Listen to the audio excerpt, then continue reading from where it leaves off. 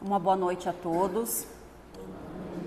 Como a Solange já passou, mas desejo novamente um feliz Dia das Mulheres. O tema de hoje, ele vai falar sobre a questão da caridade e a questão do amor ao próximo, como Jesus nos ensinou. Falando em Jesus Cristo, como já é de nosso conhecimento, Jesus Cristo, então, ele é o nosso guia e modelo da nossa perfeição espiritual, aquilo que a gente deve procurar chegar próximo. E na questão 625 do Livro dos Espíritos, Allan Kardec, ele nos afirma isso quando ele pergunta, então, aos espíritos, qual é o tipo mais perfeito que Deus tem oferecido ao homem para lhe servir de guia e modelo? Então, os espíritos respondem a Allan Kardec, que é Jesus. Allan Kardec, ele ainda nos enfatiza que para o homem, Jesus constitui o tipo da perfeição moral a que a humanidade pode aspirar na Terra. Ou seja, Jesus possui a perfeição absoluta. Nós estamos procurando chegar à perfeição relativa, mas para que possamos chegar a essa perfeição relativa, nós temos que seguir os exemplos, ter Jesus como guia e modelo. Kardec ainda ele continua, Deus nos oferece como o mais perfeito modelo e a doutrina que ele, Jesus, nos ensinou, é a expressão mais pura da lei do Senhor, porque sendo ele o mais puro de quantos têm aparecido na terra, o Espírito Divino o animava. Visto então que Jesus, ele é o Espírito mais perfeito que Deus tem oferecido ao homem como guia e modelo, não poderia ser diferente o que Jesus nos ensina referente à caridade, pois Jesus, ele nos ensinou a maior expressão de caridade, que é o amai-vos uns aos outros, assim como eu vos amei. E como ensina o Evangelho, este mandamento ele constitui a salvação, porque nós espíritas estamos cientes que fora da caridade não há salvação. O interessante é que Emmanuel, através então de Chico Xavier, lá no livro Caminho, Verdade e Vida, na lição 179, Emmanuel ele coloca em pauta que há uma evolução desse mandamento, né? Que o ama a teu próximo como a ti mesmo. Então, Jesus ensinou, amai-vos uns aos outros assim como eu vos amei. E depois, então, Jesus engrandeceu. Ele criou um novo mandamento. Ama o teu próximo como a ti mesmo. Então, aqui nós vamos salientar uma diferença, né? O ama teu próximo como a ti mesmo, ele é diverso, então, do vos ameis uns aos outros como eu vos amei. O primeiro, que é o ama teu próximo como a ti mesmo, ele coloca para nós que nós devemos ser aprendiz, que nós devemos aprender a amar o próximo. Nós temos que entender que é necessário amar o próximo como a ti mesmo. É o primeiro passo para o caminho da caridade. Daí, como já dito, então Jesus engrandeceu essa fórmula, criando o novo mandamento na comunidade cristã. O novo mandamento, esse novo mandamento criado por Jesus, ele se estabeleceu na intimidade legítima daqueles que se entregam e que se entregaram ao Cristo, significando que em diversos lugares desse planeta, em diversos pontos desse planeta Terra, há quem se sacrifique e quem compreenda o sacrifício, como também há quem ame e também quem se sinta amado. E há quem faça o bem, mas também tem aquele que saiba agradecer. Mas isso por quê? Porque, segundo Emmanuel, amar o próximo como a si mesmo, como nós vimos, é um dever.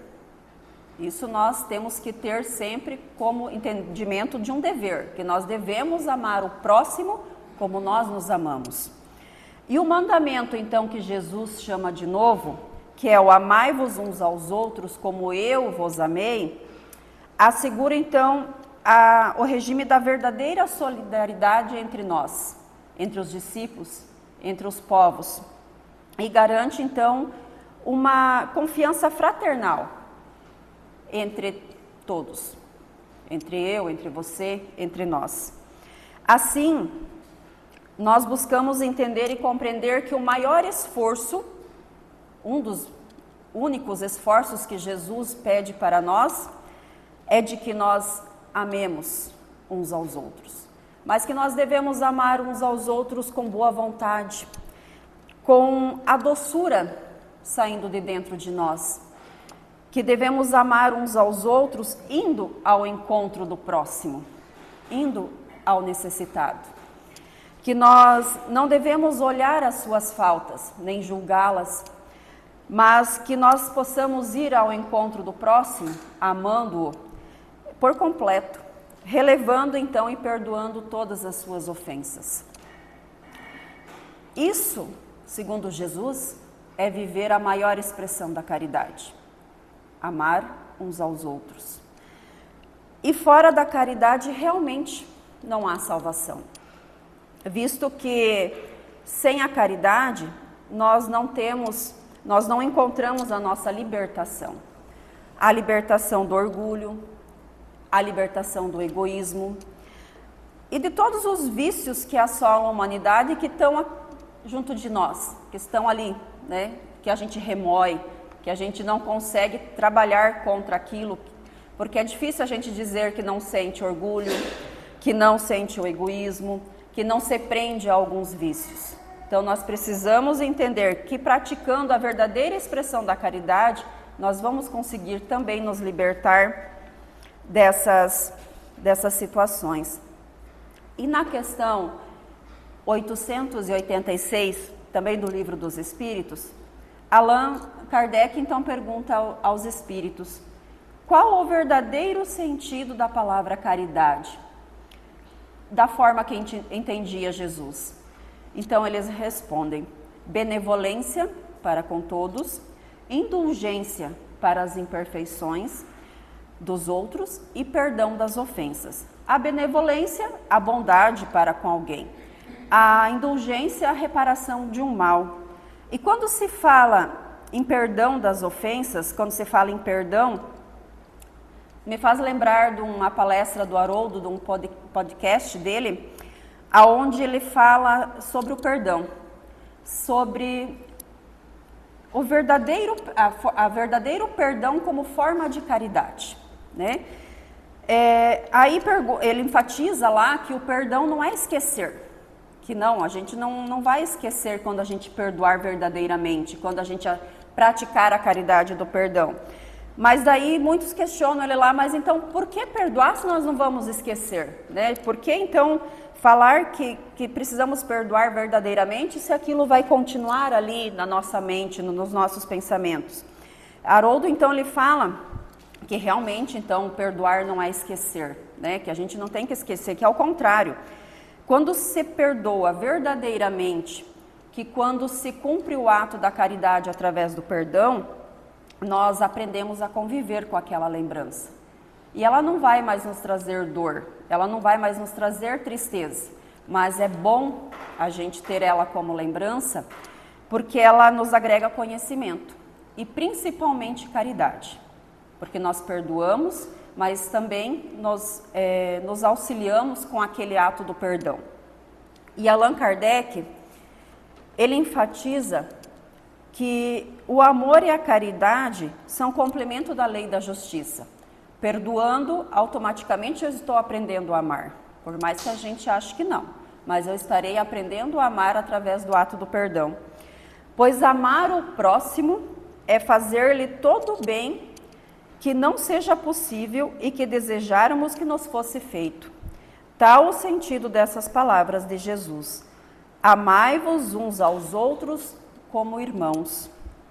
A caridade, segundo Jesus, não se restringe à esmola, abrange todas as relações em que nós achamos com os nossos semelhantes, sejam eles nossos inferiores, nossos iguais ou os nossos superiores. Ela nos prescreve a indulgência, porque da indulgência precisamos nós mesmos e nos proíbe de humilhemos os desafortunados, contrariamente aos que se costuma fazer. Falando sobre a indulgência, agora eu não me lembro qual que é se é Haroldo ou foi uma palestra do Divaldo, não me recordo bem, acho que foi do Haroldo, em que que perguntam também para ele, né, qual que é o maior, o ato do perdão dentro da caridade, que daí ele coloca que é ser indulgente, que é uma das situações mais difíceis de se cumprir na caridade, né, é ser indulgente, que indiferente, a gente acaba guardando essa mágoa, alimentando essa dor, se sente humilhado. Então, assim, você cumprir o papel da indulgência dentro da caridade, junto com o perdão, se torna, então, um dos fatores mais difíceis para você cumprir aquilo que Jesus nos propõe, que é amar uns aos outros como Ele nos amou. E Allan Kardec, ele ainda prossegue dizendo: apresente-se uma pessoa rica e todas as atenções e deferências lhe serão dispensadas. Se for pobre, toda a gente como que entende que não precisa preocupar-se com ela. No entanto, quanto mais lastimosa seja a sua posição, tanto maior cuidado devemos pôr em lhe não aumentarmos o infortúnio pela humilhação. O homem verdadeiramente bom procura elevar aos seus próprios olhos aquele que lhe é inferior, diminuindo a distância que o separa. Um outro exemplo, esse de Chico Xavier, que a gente entende ele como uma pessoa extremamente calma, coerente, de uma atenção sem igual para com todos, né? Indiferente se é rico, se é pobre, enfim, ele tratava todo mundo de forma igualitária. E daí tem um exemplo dele, não só um, são vários exemplos que contam dele para com moradores de rua, né? E um desses, então, é interessante porque ele está ali com um grupo de espíritas, né? Caminhando por uma calçada e de repente ele avista, então, esse morador do outro lado da rua, lá sentado, sozinho, então ele para. Aí o pessoal ali que se diz espíritas, né, caridosos, enfim, fala assim, questiona ele, mas por que, né? Por que você parou? Ele falou, não, eu vou atravessar a rua. Ele atravessou a rua, foi, cumprimentou, então esse morador de rua sentou ao seu lado, trocaram breves palavras, deu um abraço fraterno e se dirigiu ao grupo novamente. Lá ele então novamente foi questionado, né, por que essa necessidade ou por que ir ao encontro? Aí ele respondeu assim, que se todos pudessem ver a luz que se irradiava daquele ser, não questionariam o porquê. Então, assim, ele coloca que aquele ser, aquele morador de rua, ele está ali na sua última existência terrena. Ele só pediu para vir como morador de rua para passar pelas suas últimas provações.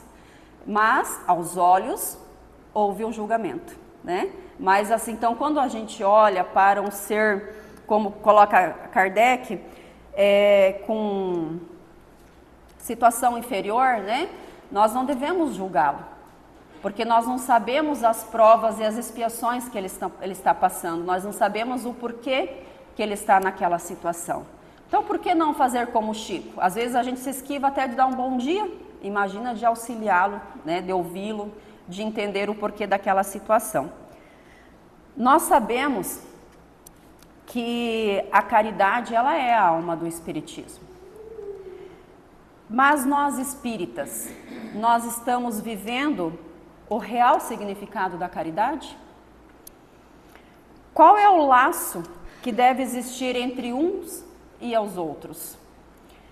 Estamos unidos entre nós sem nenhum contrato material? Nenhuma prática obrigatória?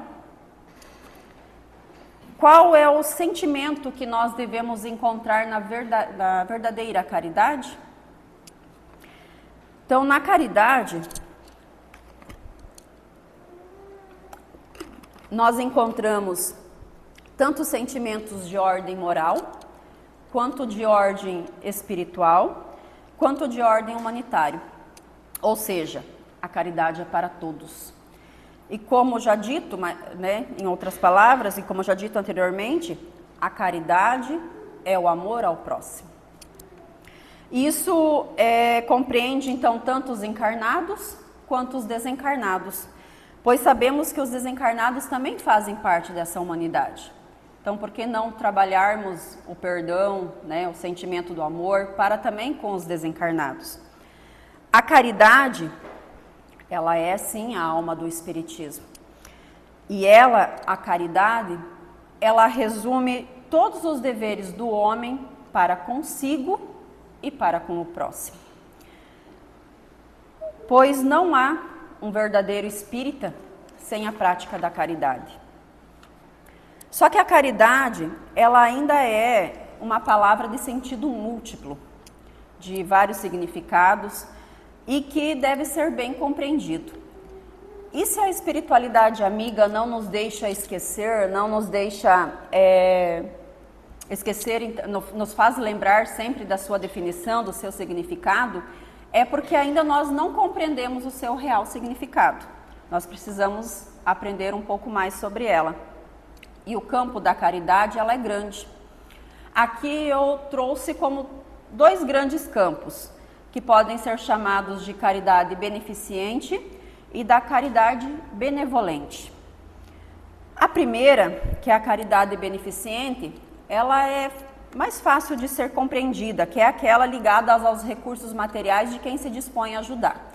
Então, uma cesta básica, roupas, calçados, móveis, enfim, aquilo que os mais afortunados conseguem auxiliar, então, aqueles que mais precisam. Mas a segunda, que é a caridade benevolente, ela está ao alcance de todos, tanto do mais rico quanto do mais pobre.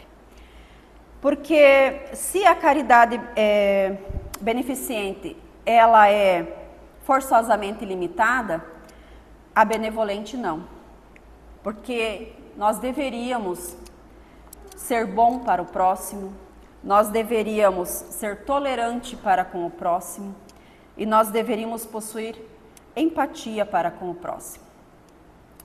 Mas, além disso, o que mais nós precisamos, então, para praticar de verdade a caridade benevolente?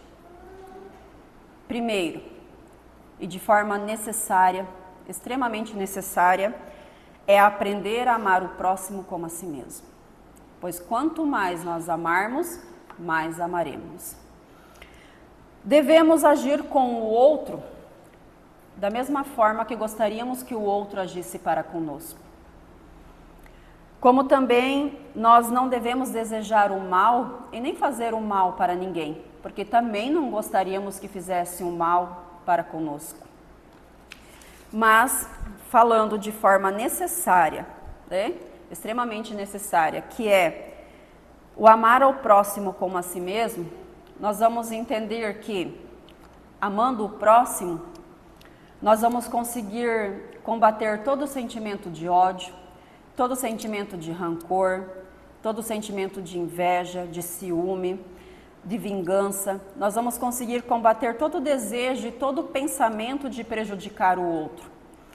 Amando o próximo, nós vamos perdoar os inimigos. Nós vamos retribuir o mal com o bem. Nós vamos ser indulgentes para com as imperfeições do outro. E nós não vamos procurar futilidades no olho do vizinho, até porque nós deixamos de olhar para nós mesmos. Amando o próximo, nós vamos desculpar as faltas alheias, em vez de colocar as faltas do outro em evidência somente por maledicência. Amando o próximo, amar o próximo, é não oprimir ninguém sobre o peso, talvez, da nossa superioridade, também como não desprezar ninguém devido ao orgulho ou mesmo pela soberba. A verdadeira caridade benevolente, ela está na prática desses itens. Porque se nós não colocarmos em prática o amar ao próximo, a caridade, a palavra caridade, ela seria somente uma palavra vã, sem sentido. Falando em caridade, falando em condições financeiras, em praticar o ato da caridade, como são valiosas, né, as pessoas que nos dão coisas caras. Mas as coisas caras que eu digo são o tempo, a atenção, a lealdade e o respeito. São coisas que estão extremamente caras no mundo e no momento em que nós estamos vivendo. Nós poderíamos passar aqui horas, né, dando exemplos, falando sobre esse tema, sobre a relação de amar ao próximo como a ti mesmo e a caridade. Mas quantas outras coisas, né, nós poderíamos trazer sobre esse assunto? Quantas belas instruções a espiritualidade amiga nos traz sobre a caridade. Mas, meus amigos, nós sabemos que, infelizmente, não são todos os homens que estão maduros para uma completa interpretação do conceito de amar ao próximo e da caridade. Não são todos nós que estamos preparados para fazer o bem unicamente pelo amor ao próximo e pelo bem. Ou agir, né? Quando você age para o bem, fazendo o bem, nós temos tudo a ganhar. Até porque nós estaríamos colocando tudo a perder se agíssemos diferente. Todo o nosso crescimento espiritual poderia ser posto em xeque se nós trabalhássemos de uma forma diferente. Porque nós sabemos que o bem atrai o bem. Se nós fazemos o bem, nós também contamos com a proteção de espíritos bons. Como também nós sabemos que se nós praticarmos o mal, nós vamos atrair espíritos maus. Que esses espíritos abrem então a porta para a malevolência da hostilidade, da antipatia, enfim. Aquele que abandona o caminho do bem, que abandona os espíritos bons, corre um grande risco. E acabamos talvez caindo em queda. E de queda em queda, nós acabamos por nos ver no fundo do poço. Em contrapartida, quando nós fazemos o bem, os espíritos bons, eles nos erguem, eles nos amparam, eles nos guiam através das nossas maiores provações. Mas para isso nós não podemos deixar de confiar em Deus, de deixar de confiar em Jesus, de confiar na espiritualidade amiga. Então, se assim de um lado nós contamos com o bem, com a segurança de estar amparado pela espiritualidade amiga, por outro, nós acabamos por perder. Nós perdemos a oportunidade de crescer espiritualmente. Perdemos a oportunidade de levarmos para outras existências oportunidades e aprendizados melhores dessa vida. Cada um de nós tem o seu livre-arbítrio. Pode escolher o caminho que quiser. Escolher o caminho que você quer percorrer. Mas nós temos que lembrar sempre que não poderemos nos queixar senão de nós mesmos pelo caminho ao qual nós escolhemos. Então não adianta culpar Deus, não adianta culpar Jesus, o pai, a mãe, o irmão, porque o caminho que nós escolhemos nós temos que enfrentar, nós temos que seguir. Nós devemos crer em um Deus todo-poderoso, em um Deus um Deus soberanamente justo e bom, como nós temos que crer na imortalidade da alma, crer na pré-existência da alma. Nós devemos crer na pluralidade das existências. Nós temos que crer na felicidade através da perfeição. Nós devemos crer na igualdade da recompensa. Nós devemos crer na igualdade da recompensa entre o bem e o mal. Nós devemos crer que a cada um de nós será dado conforme as nossas obras. Como também nós devemos crer na igualdade da justiça para todos, sem exceções. pois não existe favores e nem privilégios para nenhuma das criaturas divinas. Nós, como já dito anteriormente, devemos crer então no livre-arbítrio do homem, o que então atribui a escolha entre o bem e o mal. Nós devemos crer na continuidade das relações entre o mundo visível e o mundo invisível. Nós devemos crer na solidariedade que religa tanto os seres do passado, do presente e também do futuro, tanto encarnados quanto desencarnados. Nós devemos considerar aqui essa vida terrena, essa existência ao qual nós estamos vivendo, como uma forma transitória, uma forma momentânea, sendo então uma das fases do nosso espírito. Lembrando que o nosso espírito, então, ele é eterno. E crendo, então, que essa é uma forma transitória, nós devemos aceitar de uma forma corajosa e todas as provações que nos é apresentado, em vista do nosso futuro, em vista do futuro mais harmonioso. Mas, principalmente, nós devemos praticar a caridade, para, no futuro, levarmos uma bagagem um pouco mais superior do que aquela que nós trouxemos para essa. Nós devemos praticar a caridade através de pensamentos, palavras e também de ações. Nós devemos nos esforçar dia após dia para ser melhor que ontem, para assim procurar eliminar todas as imperfeições que existem em nós.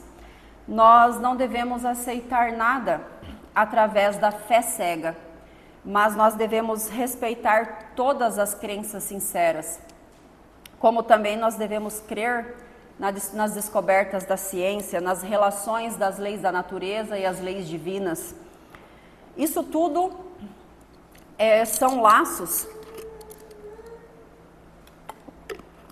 Isso tudo são laços que devem unir nós espíritas, pois com a fraternidade, com a caridade, nós viveremos em paz. Nós seremos poupados de vários males. Por exemplo, males que nascem da discórdia, males que vêm do orgulho, que vêm do egoísmo, da ambição, da inveja. Imagine, você praticando a caridade, você vai conseguir trabalhar em você a questão da ambição, a questão da inveja, ou mesmo as limitações perante as imperfeições que a gente encontra na humanidade. O Espiritismo, ele dá a nós oportunidades. A gente está ciente de que o Espiritismo nos ensina tudo o que nós precisamos para sermos felizes aqui nessa existência, aqui nesse planeta. Que nós espíritas, então, possamos ser e transmitir o reino da harmonia, para que nas próximas gerações isso resplandeça. Mas para que isso aconteça, nós precisamos desejar e mudarmos.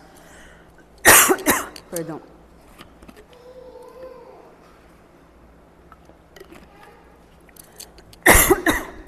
Nós sabemos que em grande número os espíritos que nos cercam. 5, 8, não me recordo agora a quantidade de espíritos exatos para cada encarnados, então são muitos. E que vêm atraídos até nós pelo objetivo que nós nos propusemos lá no nosso processo reencarnatório.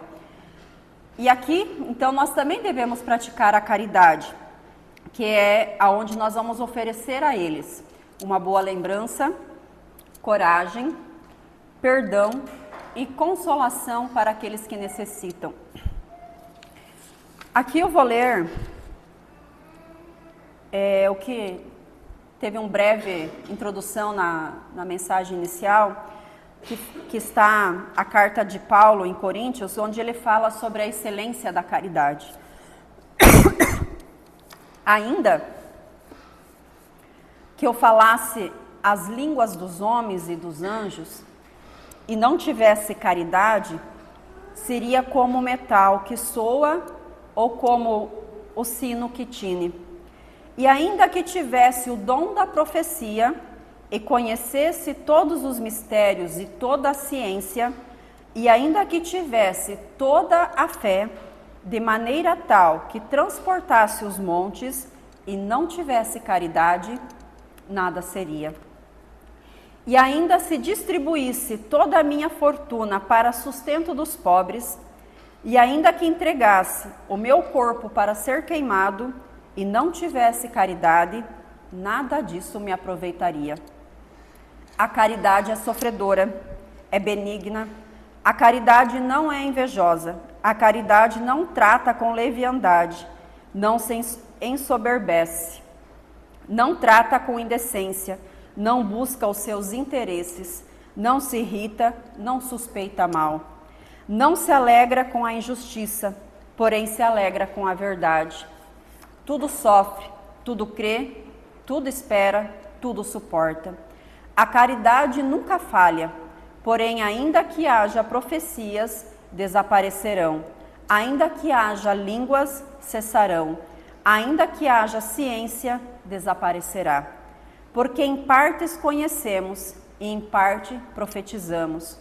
Mas quando vier o que é perfeito, então o que o é em parte desaparecerá. Quando eu era menino, falava como menino, sentia como menino, discorria como menino, mas logo que cheguei a ser homem, acabei com as coisas de menino. Porque agora vemos por espelho, em enigma, mas então veremos face a face. Agora conheço em parte, mas então conhecerei como também sou conhecido. Agora, pois, permanecem estas três: a fé, a esperança e a caridade. Porém, a maior destas é a caridade. Então, nessa carta, o dom mais sublime, o dom mais alto que ela apresenta para nós é o dom do amor. E através do amor, nós encontramos a caridade. Então, nós podemos ter vários dons, ter talentos, ter capacidades para isso ou para aquilo. Nós podemos cantar bem, nós podemos falar bem, nós podemos ter muitos tesouros, muitas aspirações, mas se nós não tivermos o dom essencial, que é o dom do amor dentro de nós, nada seremos. Nesta carta, não se trata de um amor qualquer, não se trata de um amor fugaz, não é um amor momentâneo, mas sim é um amor verdadeiro. É um amor que vem do coração de Deus. É um amor que nós devemos aprender. É o verdadeiro amor. É o amor, então, da caridade. É o amar ao próximo como a nós mesmos. É o amar ao próximo como Deus nos ama. Que nós possamos fazer de modo que cada um recolha e faça a sua parte na caridade, na verdadeira caridade, na caridade benevolente.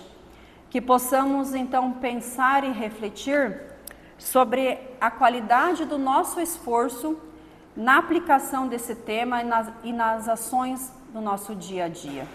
Que possamos seguir o verdadeiro ensinamento de Jesus, que está no amar ao próximo como Deus nos ama e amar o próximo como a nós mesmos. Uma boa noite a todos.